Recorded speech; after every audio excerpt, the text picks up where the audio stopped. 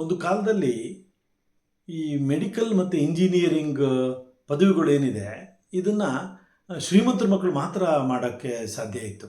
ಯಾಕೆ ಅಂತಂದರೆ ಅದು ಮ್ಯಾನೇಜ್ಮೆಂಟ್ ಕೊಟ್ಟಾಗ ಈ ಖಾಸಗಿ ವೈದ್ಯಕೀಯ ಕಾಲೇಜುಗಳು ಏನಿತ್ತು ಅಲ್ಲಿ ತನ್ನಲ್ಲಿರ್ತಕ್ಕಂಥ ಅಷ್ಟು ಸೀಟುಗಳನ್ನು ಕೂಡ ಯಾರು ಹೆಚ್ಚು ಹಣವನ್ನು ಕೊಡ್ತಾರೆ ಅವರಿಗೆ ಕೊಡ್ತಕ್ಕಂಥ ಒಂದು ಪದ್ಧತಿ ರೂಢಿಸ್ಕೊಂಡು ಬಂದುಬಿಟ್ಟಿತ್ತು.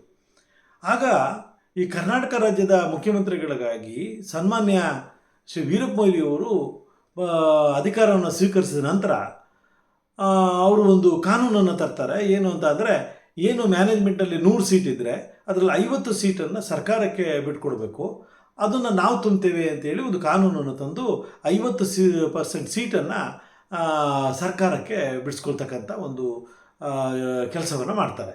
ಅದನ್ನು ಸಿ ಇ ಟಿ ಮೂಲಕ ಆ ಸೀಟ್ಗಳನ್ನು ಭರ್ತಿ ಮಾಡ್ತಾರೆ. ಸಿ ಇ ಟಿನ ಜಾರಿ ತಂದಂಥವರೇ ಸನ್ಮಾನ್ಯ ಶ್ರೀ ವೀರಪ್ಪ ಮೊಯ್ಲಿ ಅವರು. ಅದರ ಮುಖಾಂತರ ಯಾರು ಹೆಚ್ಚು ಅಂಕಗಳನ್ನು ತೆಗೆದುಕೊಂಡಿರ್ತಾರೆ ಅವರಿಗೆ ಇಂಜಿನಿಯರಿಂಗ್ ಇರ್ಬೋದು, ಮೆಡಿಕಲ್ ಇರ್ಬೋದು, ದಂತ ವೈದ್ಯಕೀಯ ಇರ್ಬೋದು, ಹೀಗೆ ವೃತ್ತಿಪರ ಕೋರ್ಸ್ಗಳಿಗೆ ಪ್ರವೇಶವನ್ನು ಪಡೆಯತಕ್ಕಂಥ ಅವಕಾಶವನ್ನು ಕಲ್ಪಿಸಿಕೊಡ್ತಾರೆ. ಆಗ ಅಲ್ಲಿ ಅಂಥ ಒಂದು ಕ್ರಾಂತಿಕಾರಿ